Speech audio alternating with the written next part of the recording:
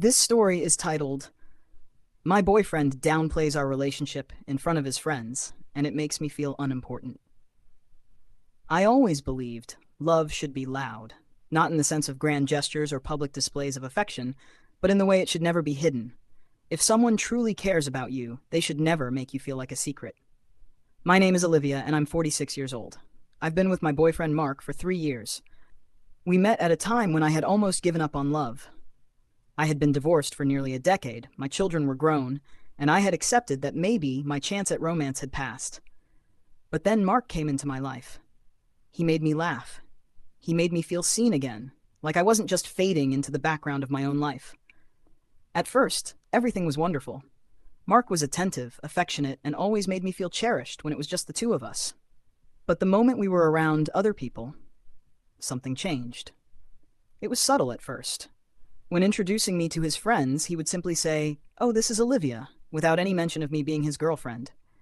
If they asked how we knew each other, he'd wave it off with a casual, "Oh, we've been hanging out for a while." The first time it happened, I brushed it off. Maybe it was just an oversight. Maybe he wasn't the kind of man who liked labels. But as time went on, it became clear, around his friends, around his colleagues, I was nothing more than a vague presence. A companion. A friend, at best. I tried to ignore the sinking feeling in my chest every time he downplayed our relationship. I told myself I was being too sensitive. After all, when we were alone, he was wonderful. So what did it matter what he said in front of others? But the truth was, it did matter. One night we were out at dinner with a group of his friends. It was the first time I had met them, and I was nervous. I wanted to make a good impression, to feel like I was truly part of Mark's life. But within minutes, I realized I was nothing more than an afterthought. His friend Tony smirked at me and said, "So how long have you and Mark been hanging out?" I glanced at Mark, expecting him to jump in and clarify. Instead, he just laughed and said, "Oh, a while now. While." I felt the blood drain from my face. Another friend, Lisa, leaned forward with an amused smile. "So are you guys, serious?" Again, I turned to Mark, waiting for him to acknowledge what we had. Instead, he shrugged. "We're just having fun. Just having fun." I forced a tight smile, but inside, something cracked. That night, as we drove home, I couldn't keep it in any longer. "Mark," I said quietly, staring out the window, "why do you never call me your girlfriend in front of your friends?" He sighed, keeping his eyes on the road. "Olivia, does it really matter? I mean, we know what we are." I swallowed hard. "But they don't. And that's the problem." He shook his head. "I just don't like labels. Why does everything need to be defined?" I turned to look at him, my voice barely above a whisper, "Because I feel like I don't exist in your life outside of this car, outside of our home. Because when you say we're just having fun, it makes me feel like I don't matter to you." His hands tightened on the steering wheel. "That's not fair, Olivia. You do matter to me. Then why can't you say it?" Silence filled the car, and that silence told me more than words ever could. I didn't sleep that night. I lay awake, staring at the ceiling, replaying every moment when he had minimized me in front of others. Every time he had laughed off our relationship, every time he had refused to acknowledge what we had. And I couldn't escape one painful truth. Maybe he didn't see me the way I saw him. The next morning, I made a decision. I texted Mark and asked him to meet me for coffee. When he arrived, he greeted me with a kiss, but I didn't return it. I had already made up my mind. "I need to ask you something," I said, my voice steady. "And I need you to be honest." He frowned. "Of course." I took a deep breath. "Are you embarrassed by me?" His eyes widened. "What? No. Olivia, why would you even think that? Because that's how it feels." I held his gaze. "It feels like I'm something to be hidden, like I'm not worth claiming," he exhaled sharply, rubbing his temples. "Olivia, you're overthinking this.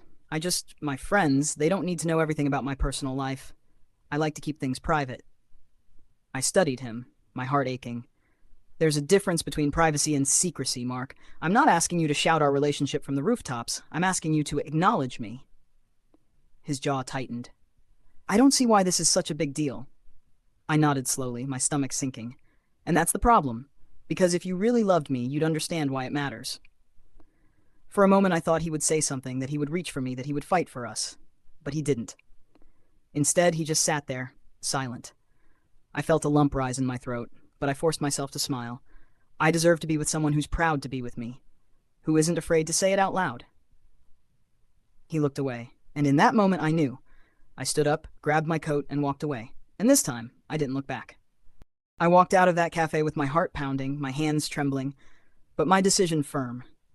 Mark had given me all the answers I needed, not in words, but in silence. And that silence spoke volumes. For 3 years, I had given him my love, my time, my heart. I had accepted the small moments of doubt, brushed aside my own feelings, made excuses for him. But love isn't supposed to be something you have to convince someone to claim. Love isn't supposed to make you feel like you're standing in the shadows, waiting to be acknowledged. By the time I got home, I felt numb. I sat on the couch, staring at the framed pictures of us on the wall. Were those moments real?